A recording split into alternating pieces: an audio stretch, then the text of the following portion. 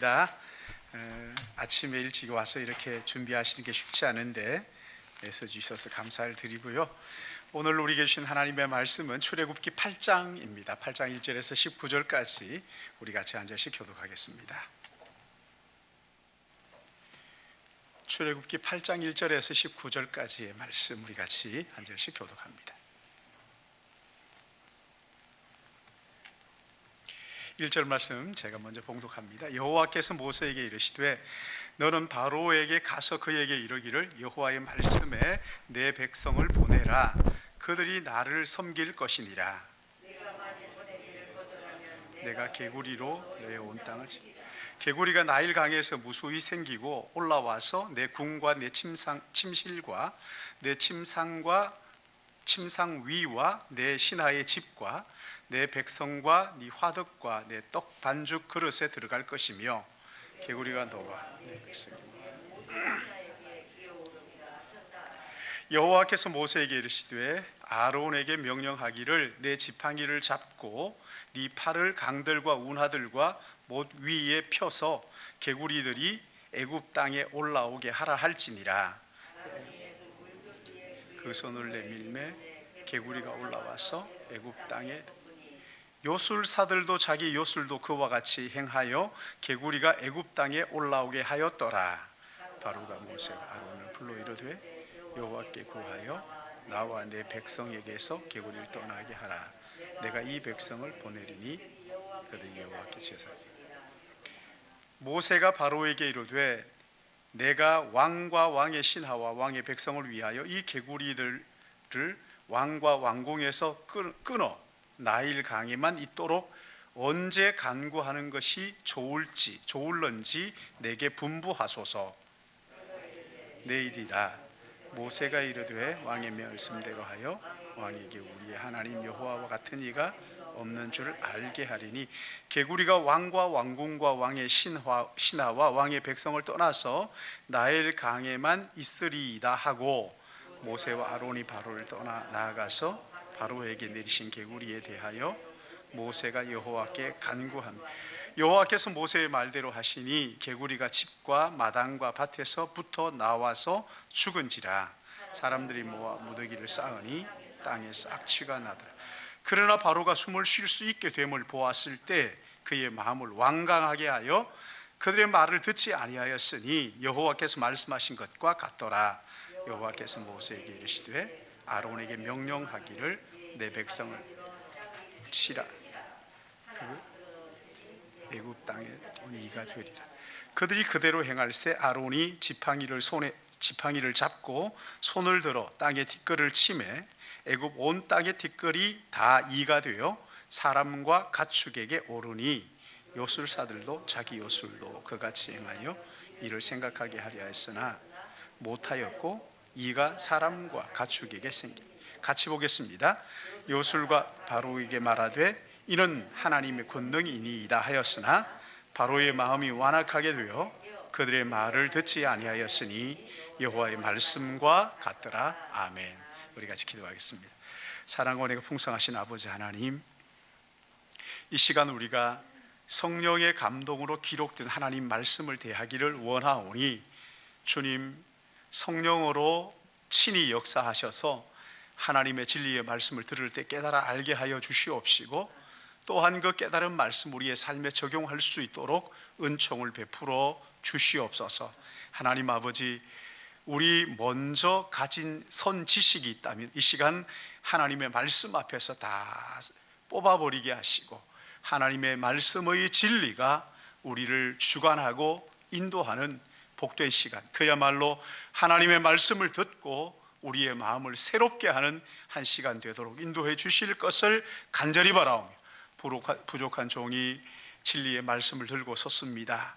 아버지 하나님, 심히 두렵고 떨리는 마음 가지고서 싸우니 성령께서 붙들어 하나님의 나팔로 사용하여 주셔서 오직 하나님의 진리의 말씀만 온전히 대언할 수 있도록 은혜 주실 것을 간절히 바라오고 하나님만 영광받아 주시옵소서. 예수님의 이름으로 기도드리옵나이다. 아멘. 저는 지난 주일 저녁에 그 필리핀 클락에 있는 BTS 신학교에 가서 강의를 하고 금요일 저녁에 출발을 해서 토요일 새벽에 도착을 했습니다. 기도해 주시고 후원해 주신 모든 분들에게 진심으로 감사를 드리고요. 이번에 가서 매 끼니마다 얼마나 대접을 잘 받았는지, 이분들이 그 전에 한국을 다녀가셨거든요. 그러니까 한국에 와서 너무나 대접을 잘 받았다는 거예요. 그래서 자기들이 매 끼니마다 한국에서 대접받은 것처럼 최선을 다해서 준비한다고, 그 더운데 음식을 만들어 가지고 대접을 하더라고요. 그러면서 와서 물어요.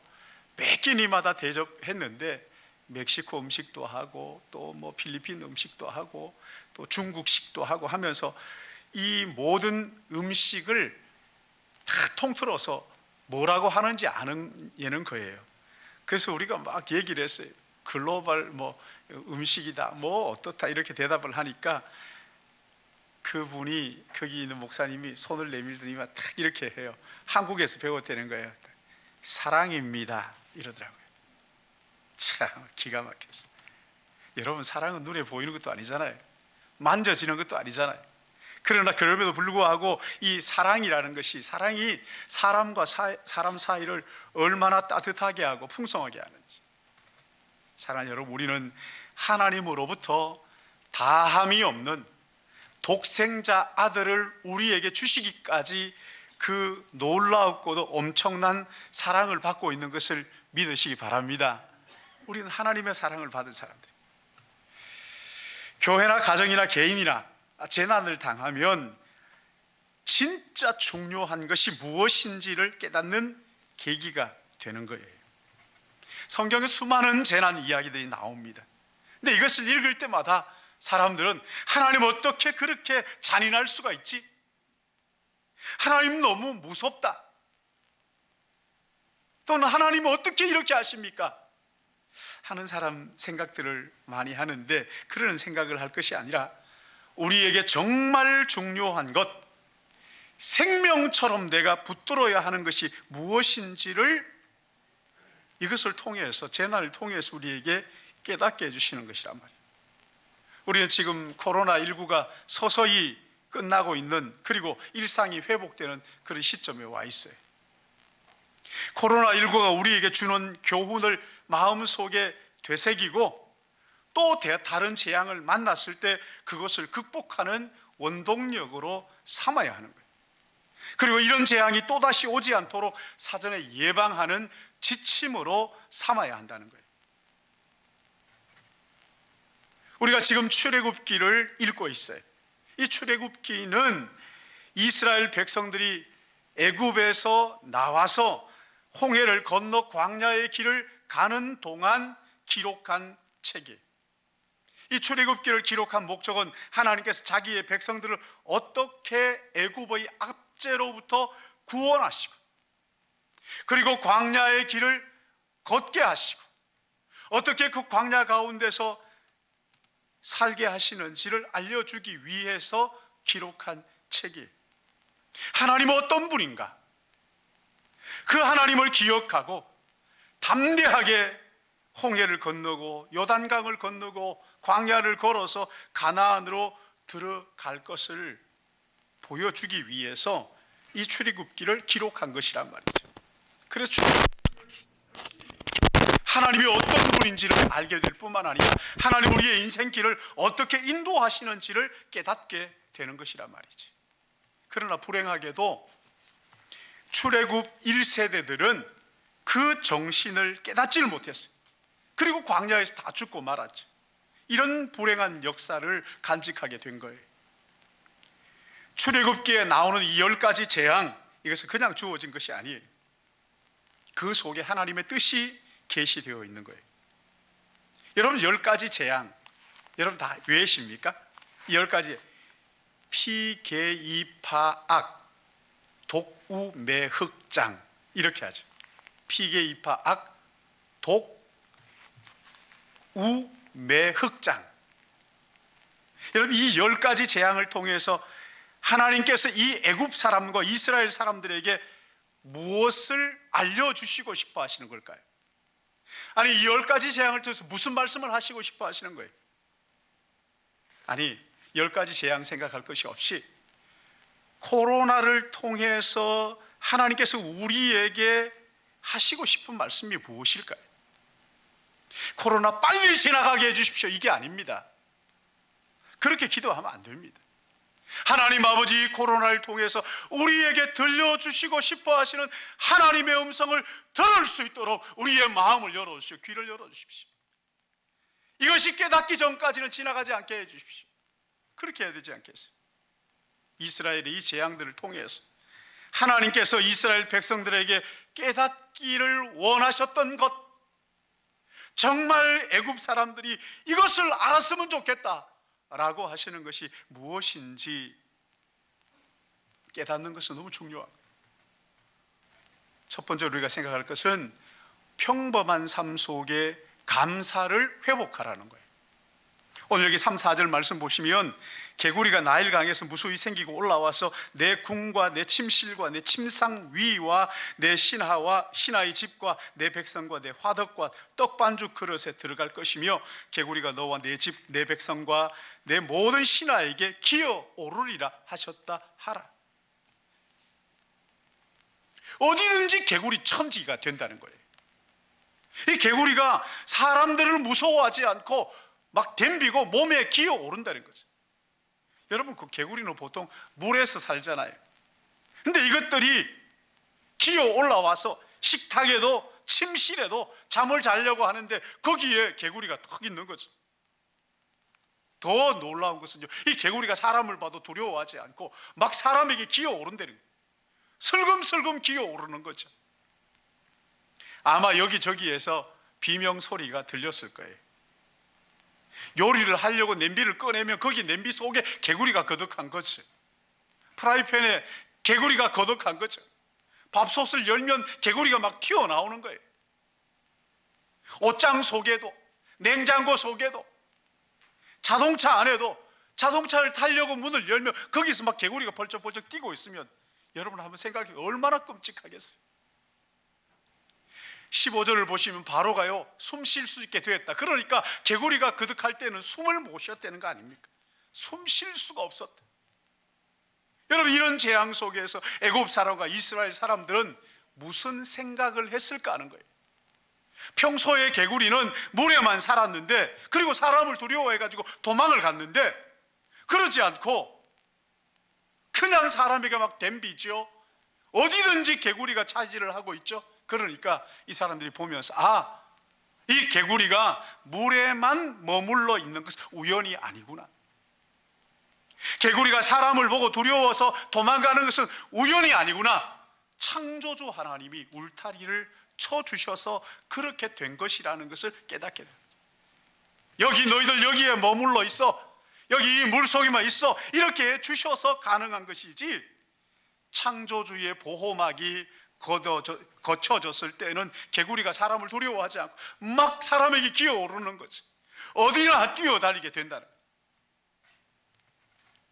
거예요. 그것과 더불어서 창조주의 손길이 있어 안전하다는 것을 깨닫게 되는 것이지.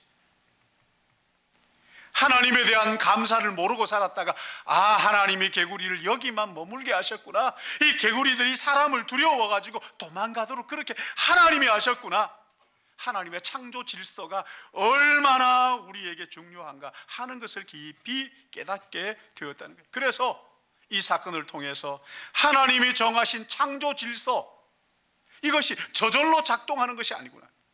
하나님이 거두어 가시면 큰일 나는구나. 하나님의 섭리와 통치 아래 우리가 있다는 이 자체가 감사구나라는 이 생활 속에서의, 일상생활 속에서의 감사를 회복하라고 지금 도전하고 계시는 거예요. 저희 집에서 가끔 비명소리가 들립니다. 우리 딸아이가 막 죽는다고 고함을 질러요. 제가 가보면요, 작지도 않은 진짜 아주 엄지손가락만한 큰 바퀴벌레가 기어다닙니다. 깜짝 놀라가지고 제가 얼른 탁 잡죠. 잡으면 아빠 최고라 그러면서 막 손가락을 치켜들고 막 그렇게 고마워하는. 여러분 생각해 보세요. 바퀴벌레가요, 내가 바퀴벌레를 딱 잡으려고 그러는데 이게 나를 딱 쳐다보면 째려보면서 막 내게 덤빈다. 얼마나 끔찍하겠어요.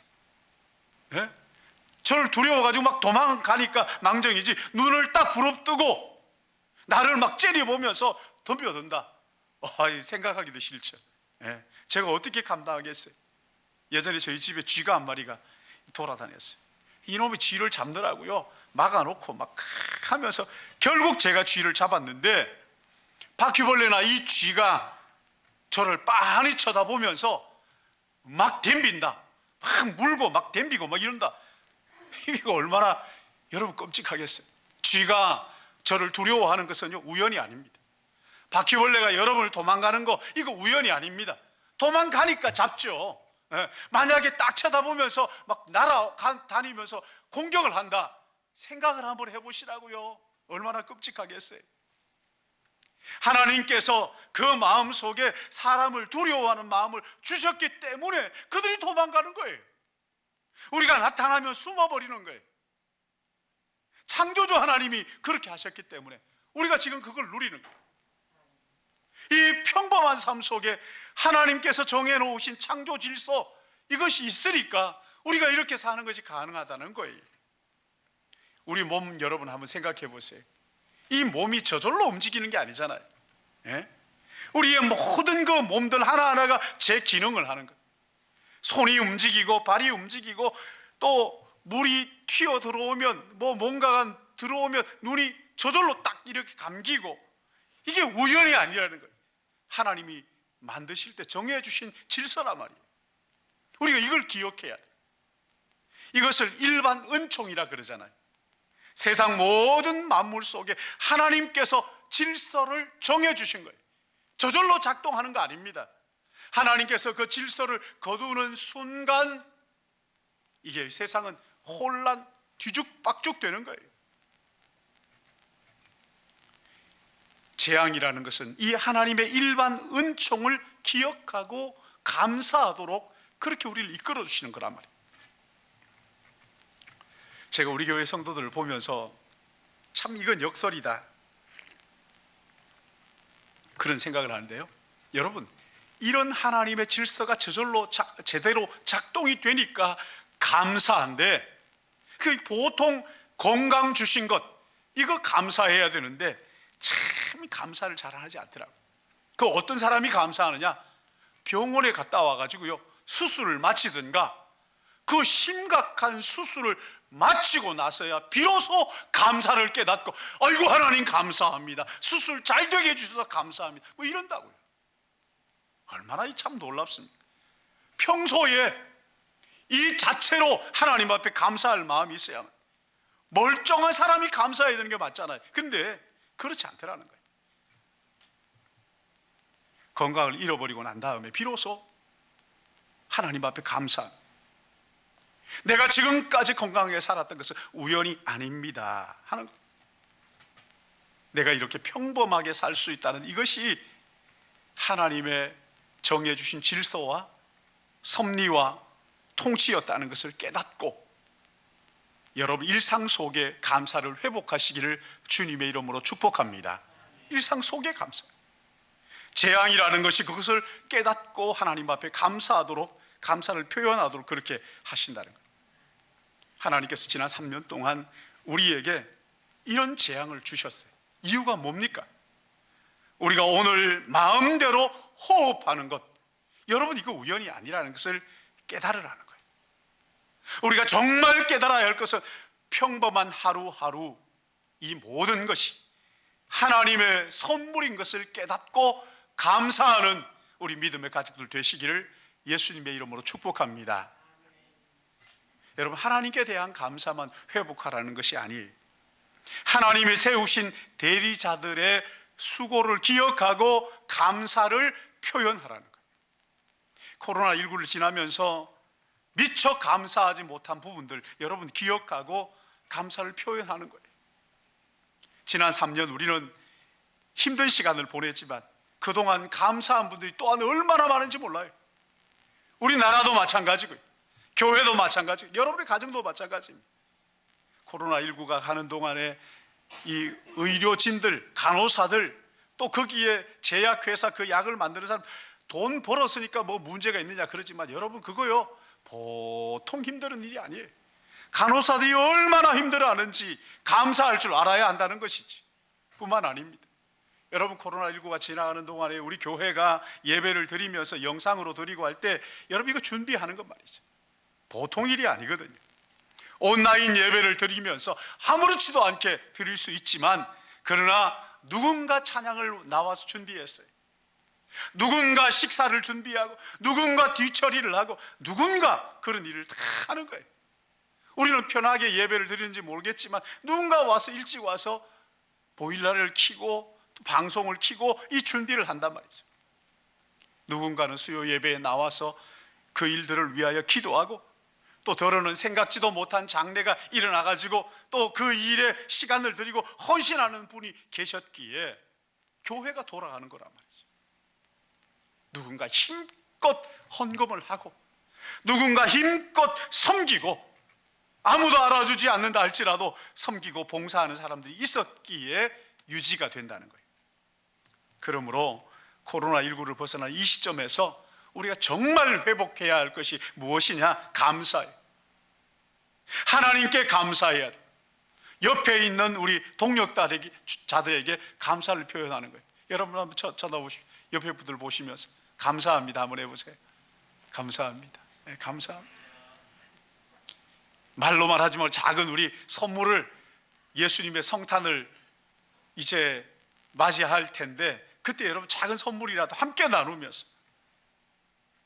이런 재앙들을 통해서 감사를, 우리 안에 감사를 회복하라 말씀하시는 거랍니다. 그러니까 또 하나 있어요. 우리에게 회복되어야 될 바른 예배를 회복하라. 여러분, 여기 10가지 재앙은요 애굽의 우상들과 연결이 다 되어 있습니다. 나일 강물을 피로 변하게 한 것은 나일 강의 신인 크놈과 하피, 이 신들을 심판하신 거예요. 개구리는 뭐냐? 다산의 신인 헤게트, 이 개구리의 형상을 한 그 신이 있잖아요. 개구리가 알을 많이 낳으니까 다산의 상징의 신이, 이 헤게트를 심판하시는 거예요. 여기 17절 보시면 아론이 지팡이를 들고 땅에 티끌을 치니까 티끌이 이로 변하는 거잖아요. 애굽인들은 이 흙, 티끌, 갭이라고, 이 갭이라고 해서 이 흙을 신으로 섬깁니다. 그러니까 이 10가지 재앙은 애굽인들이 섬기는 우상 하나하나를 지금 깨트려가는 거예요. 하나님께서 하나하나 애굽의 신들을 깨트려내는 거예요. 그 우상들을 깨트리면서 우리에게 가르쳐 주시는 것이 뭐예요? 우상이 얼마나 허무한 것인지, 얼마나 유명무실한 것인지를 우리로 하여금 깨닫게 하시는 것이죠. 그리고 우상을 섬기는 삶이 얼마나 비참해지고 추해지는지를 우리에게 보여주시는 거란 말이에요. 여러분, 애굽은 그 당시 세계를 통치하는 나라예요. 1등 국민입니다. 그러나 재앙, 2의 재앙이 오자 그들이 옷을 다 벗어가지고 그 일을 잡느라고 이 삼류 시민이 되는 거죠. 우리나라도 여러분 다 아실 거예요. 어른들은, 저도 어릴 때 기억이 납니다. 60, 70년대에 밤에 호롱불을 켜놓고 가려워가지고 옷을 벗어가지고 내복을 벗어가지고 거기에 이를 호롱불에다가 태우는, 찬빗을 가지고 머리를 빗으면은 이가 두둑두둑 떨어졌잖아요. 여러분 경험하셨지요? 그게 불과 몇십 년 전이, 오래되지 않았습니다. 우리 젊은 사람들은 그게 무슨 얘기입니까? 그런지 모르지만 여러분 이거 잊어버리면 안 됩니다. 자칭 1등 국민이라고 하는데 지금 애굽 사람들이 그런 일들을 지금 하고 있다는 거예요. 우상을 섬기는 자들이 결국이 어떻게 될 것인가를 미리 보여주신 거예요. 그리고 어떻게 하면 살 것인가, 살 길을 10절에서 말씀하시는데, 왕의 말씀대로 하여 왕에게 우리 하나님 여호와와 같은 이가 없는 줄 알게 하리니, 무슨 말씀이에요? 하나님만이 참 신이고 유일하신 예배를 받으실 분이라는 거죠. 애굽의 모든 신들은 가짜라는 거예요. 그걸 깨트려내는 거예요. 섬기면 섬길수록 비참해지는 것이 우상 숭배라는 거예요. 그러니 참되고 유일하신 여호와 하나님을 섬기라 말씀하시는 거죠. 그러면서 내 백성을 보내라. 그들이 광야에서 나를 섬길 것이니 모세를 통하여 말씀하시죠. 이스라엘 백성들이 애굽을 떠나는 이유가 뭐라는 거예요? 단지 자유를 찾기 위한 것이 아니에요. 자유만 위해서가 아니라 하나님을 바르게 섬기기 위한 것이라고 말씀하시는 거예요. 하나님을 더 잘 섬기라고 주시는 자유라는 거예요. 이스라엘 백성들은 이 사실을 알고 있었기에 재앙이 계속되면서 모세와 이스라엘 백성들은 점점 존귀해집니다. 반대로 애굽 사람들 점점 비참해지는 거예요. 바로는 점점 힘이 빠지는 거예요. 나중에는 모세가 바로의 눈에 어떻게 보였느냐? 바로가 뭐라고 얘기합니까? 하나님처럼, 모세가 하나님처럼 바로의 눈에 그렇게 보였다는 거예요. 우리가 정말로 섬기고 예배해야 될 대상이 누군가를 10가지 재앙을 통해서 우리에게 분명하게 보여주는 거예요. 하나님을 전심으로 예배하는 그 사람을 하나님이 높여주신다는 거예요. 애굽인들이 살 길이 유일하신 창조주 하나님을 예배하는 것이라는 거예요.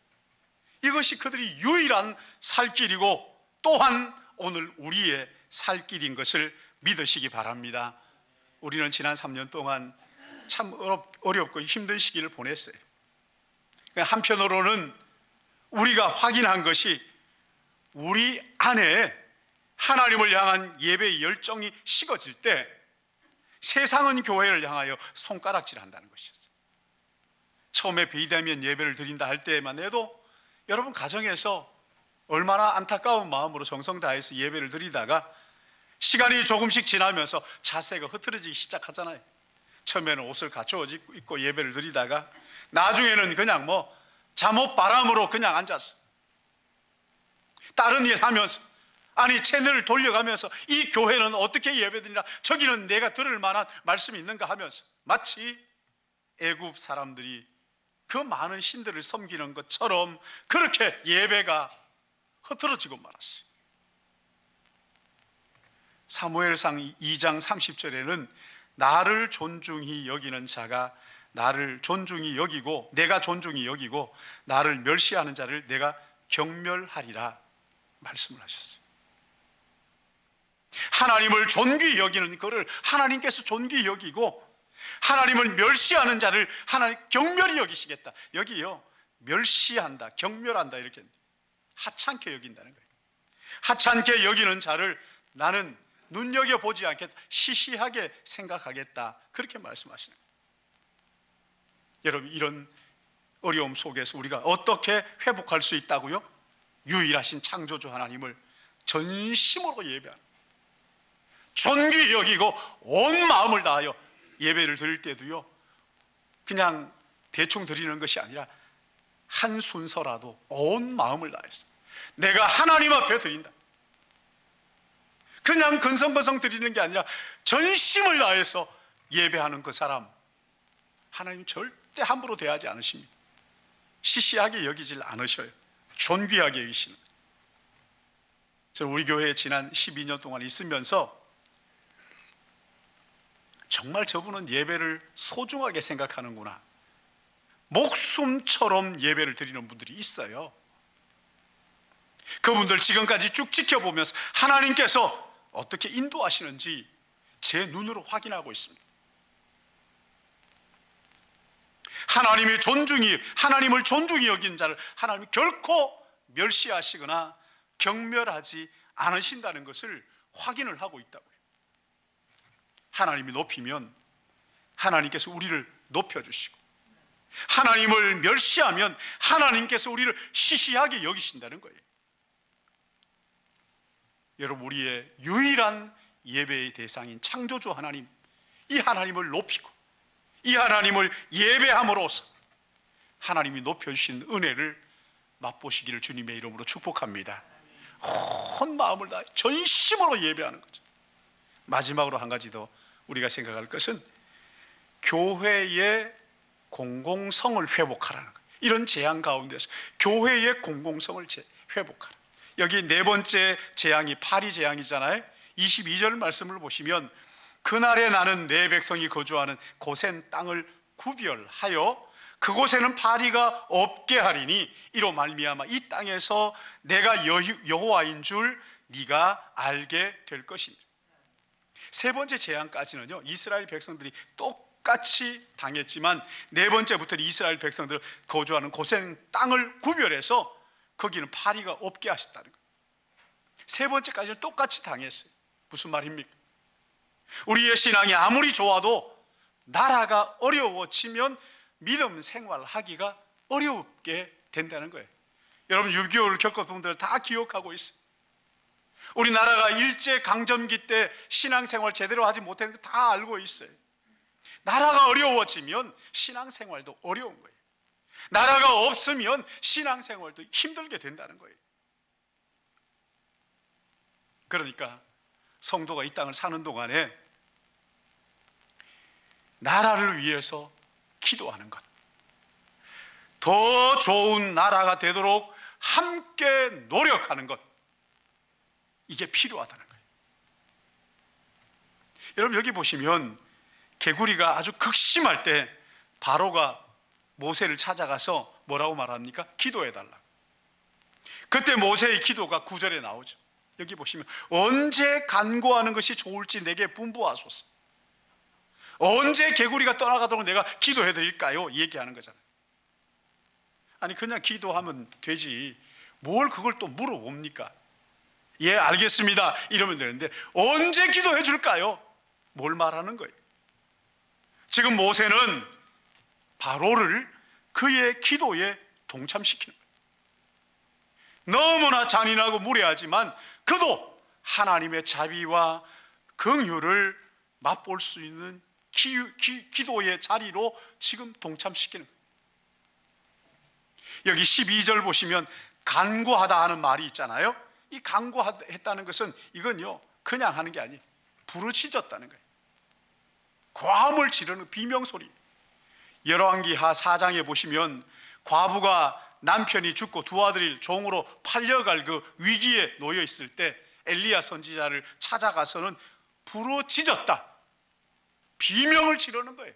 온 마음을 다하여 부르짖는 거죠. 그러니까 모세는 그를 괴롭히는 바로와 애굽을 위해서 부르짖었다. 하나님 앞에 그냥 온 마음을 다해 부르짖었다. 그의 기도를 들으시고 하나님께서 그 개구리들을 집안에서 다 정리해 주십니다. 이런 구약 교회의 모습, 이것을 통해서 오늘 우리가 배워야 할 게 뭘까요? 오늘 우리에게 가르쳐 주시는 게 무엇일까요? 이 구약 교회를 통해서 오늘날 우리가 배워야 할 것은 세상이 교회를 향하여 손가락질하고 조롱한다 할지라도 교회는 세상을 위하여 기도하는 것을 멈추지 말아야 합니다. 세상이 교회를 향하여 조롱한다 할지라도 교회가 더 나은 세상을 위하여 기도하고 함께 노력해야 하는 것을 노력해야 할 책임이 있다는 것을 우리에게 보여주시는 거예요. 이것이 교회의 공적 사명이라고 말합니다. 교회의 공공성이 이 교회의 사명이란 말이에요. 기독교 윤리학자인 한기채 목사님이라는 분이 계신데 이분이 내가 먼저 회개해야 할 한국교회 7가지 죄라는 책을 썼는데 이 책에서 한국교회가 회개해야 될 7가지 죄 몇 가지만 소개하면 첫 번째는 영적 남용. 두 번째는 공의 사유화. 무슨 말씀이냐면 우리 모두가 누려야 할 하나님의 은혜를 마치 교회가 자기만 누리라고 주신 것처럼 공적인 것을 사유화한다는 거예요. 세 번째가 뭐냐면 신앙생활의 개인화 또는 사사화 이렇게 얘기합니다. 창조주 하나님이 유일하신 분이고 유일하신 그분을 통해서 예수 그리스도가 이 땅에 오셨고 예수 그리스도를 통해서 인류의 모든 죄를 용서하시고 오직 예수 그리스도 그분만 우리의 유일한 구원자라고 한다면 이것을 먼저 안 사람들은 세상에 나가서 전함으로 세상 사람을 구원해야 되는 것이 맞는데, 마치 그리스도인들은 자기들에게만 주어진 전유물인 것처럼 사유화한다는 거예요. 자기만 알려고 한다는 거예요. 그래서 기독교 신앙이 점점점 개인적인, 사적인 그런 영역에 머물고 말았다는 거예요. 이것을 회개하고 나의 믿음만이 아니라 이것이 공적으로 믿음이 진짜라는 것이 증명되도록 하는 삶을 통해서 하나님의 교회의 복음을 전해야 된다. 왜 그렇게 해야 되느냐 하는 예가 요나스라는 거예요. 요나스는요, 한 사람 요나가 그 배에 탐으로써 그 배의 모든 사람들이 풍랑을 만나잖아요. 위험에 내몰리잖아요. 여러분, 코로나19로 국가가 교회를 박해한다, 여러분 이렇게만 접근할 일은 아니라는 거예요. 교회의 역할을 다하고 사회의 책임을 감당함으로써 하나님께서 교회에 주신 공공사명을 감당할 줄 알아야 한다는 거죠. 교회가 코로나가 있으니까 교회가 뭐 이걸 주사를 맞아라 그런다, 맞지 말라 그런다, 이걸 가지고 완부할 것이 아니라 교회가 더 높은 수준에, 하나님이 기뻐하시는 더 높은 수준의 방역을 정하고 그것을 실천하는 모습을 보여주는 것이 한국 교회가 사회 가운데 보여줘야 할 것이라는 거예요.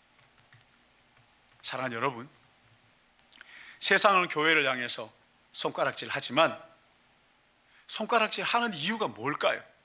그 가운데 하나가 세상이 아직도 교회에 뭔가 바라는 것이 있다는 거예요. 기대를 버리지 않고 있다는 거예요. 그러기에 신앙생활의 사사화, 개인화를 넘어서 이웃을 섬기는 선교적 사명을 감당하는 노력이 우리에게 필요하다는 거예요. 주일 예배 드리면 다 끝났다, 이게 아니라는 거예요. 월요일부터 가정에서, 일터에서, 직장에서, 그 삶의 터전에서 하나님의 대사로서 공적 임무를 감당하도록 하나님께서 우리를 보내신 예수 그리스도의 제자들이라는 거예요. 하나님의 청지기로서 내가 서 있는 그곳에서 이 공적 사명을 다하라는 거예요. 이 사명을 감당하게 될 때 성령께서 우리 교회를 교회되게 하시고 성도를 성도되게 하시는 것을 믿으시기 바랍니다. 여러분, 그러나 이런 일들이 우리 힘으로 되지 않잖아요. 내가 노력한다고 가능하지 않아요. 불가능하단 말이죠. 그러기에 성령의 도우심을 구하는 거예요. 우리보다 앞서 이런 일들을 감당하신 한 분을 바라보라는 거예요. 마음에 품고 그분을 바라보라. 세상이 그분을 이해하지 못하지. 그래서 조롱하고 침뱉는 그때에도 아버지, 저들은 저들이 하는 일을 알지 못합니다. 저들의 죄를 용서하여 주옵소서 했던 우리 구주 예수님을 바라보고 닮아가려고 할 때 성령께서 우리의 삶을 선교의 도구로 사용하실 줄로 믿습니다. 선교적 마음을 가지고 이 재앙이 지나가더라도 그 가운데서 감사의 일상 속에 감사하는 마음을 회복하고 하나님 앞에 바른 예배를 회복하고 교회의 공공성을 회복함으로 하나님의 나라를 이 땅에 뿌리고 심는 우리 신일교회의 모든 믿음의 가족들 되시기를 예수님의 이름으로 축복합니다. 사랑과 은혜가 풍성하신 아버지 하나님, 이 시간 우리 귀한 말씀을 통해서 우리에게 다시 한번